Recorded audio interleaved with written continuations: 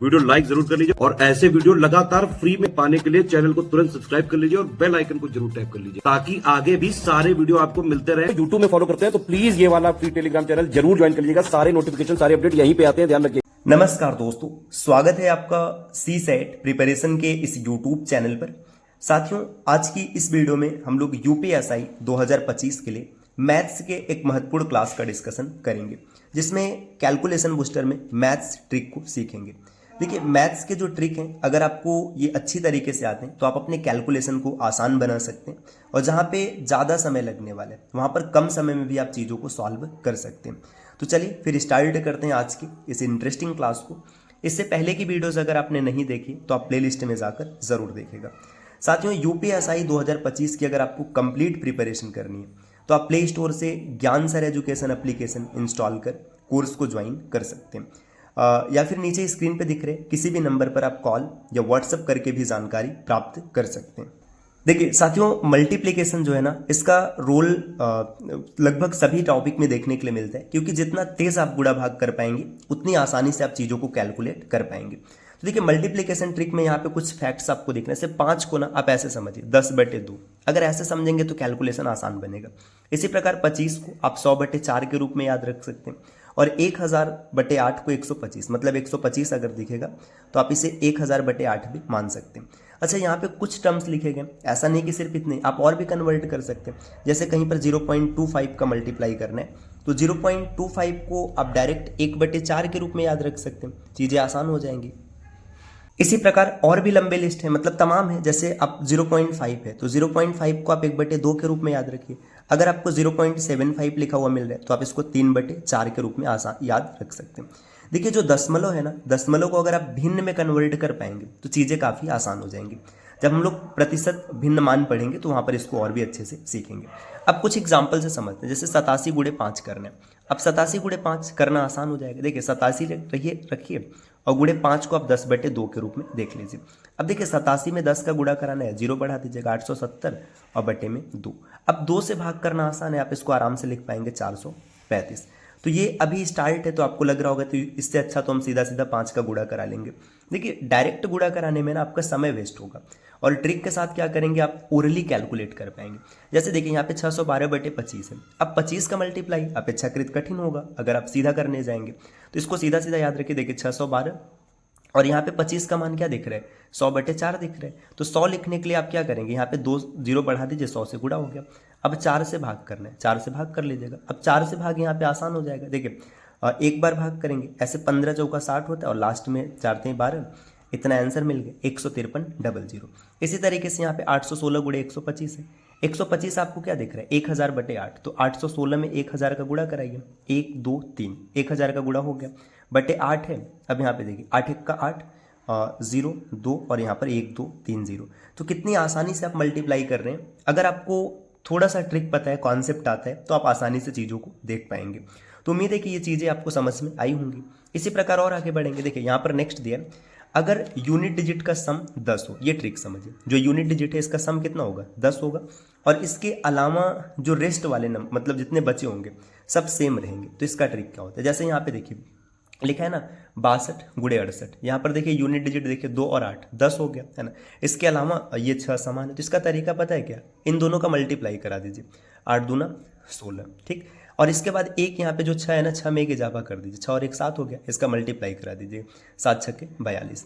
आप कैलकुलेट करके देखिए यही आंसर आएगा। मैं बेसिक से भी करके दिखा देता हूँ। देखिए 62 गुणे 68, अगर आप मल्टीप्लाई करेंगे तो 8 दूना 16, एक हासिल है, 8 6 48 से 49, 6 दूना 12, फिर से एक हासिल है, 6 6 36 और 1 37। देखिए 6 9 2 11, 7 4 11 1 12 और 3 और 1 4। देखिए कितनी आसानी से आ गई। बेसिक से मैंने इसलिए किया ताकि आपको समझ में आए कि ट्रिक काम कर रहे हैं। जैसे यहाँ पे 53 गुणे 57 है, कुछ नहीं कर रहे। देखिए इसका मल्टीप्लाई कीजिए, 7 3 21 हो गया, 21 आपने लिख दिया, 5 में 1 जोड़ दीजिए, 6 6 5 30। तो आसानी से आप चीज़ों को निकाल पाएंगे, 30 21 हो गया। इसी तरीके से यहाँ पे एक बड़ा नंबर दिया है 121 गुणे 129, वही कॉन्सेप्ट चलेगा, वही लॉजिक है। देखिए 9 और 1 10 है।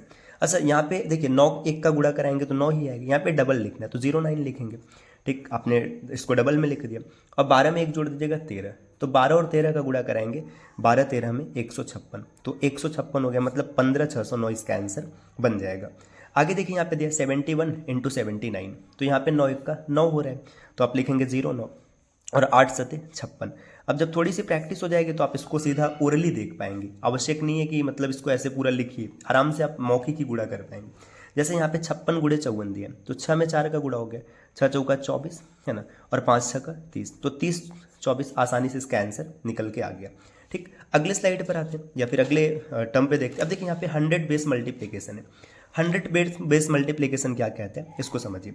देखिए जब कभी भी संख्या है ना 100 के आसपास होंगी, 100 से कुछ ज़्यादा हो सकती हैं या 100 से कुछ कम हो सकती, तब 100 बेस मल्टीप्लिकेशन काम करता है।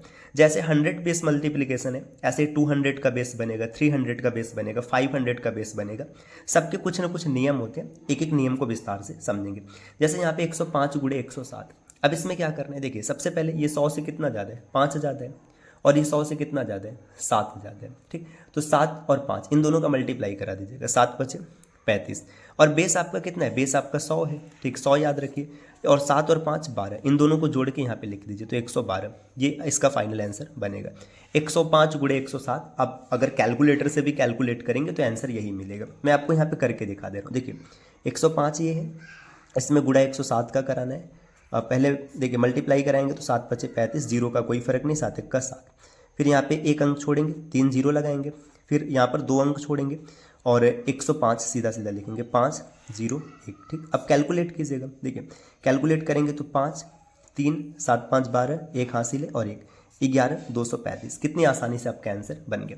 अच्छा देखिए यहाँ पे दोनों संख्या कम है, एक 96 एक 98, 100 से कितना कम है, -4 है, 100 से कितना कम है, -2, तो 4 दूना 8 होते हैं। सिंगल डिजिट है तो इसको डबल में लिखेंगे 08। ठीक, और 100 में से ना 4 और 2 6, इसको घटाएंगे, 100 में से 6 घटाएंगे तो 94 08, ये इसका आंसर बनेगा।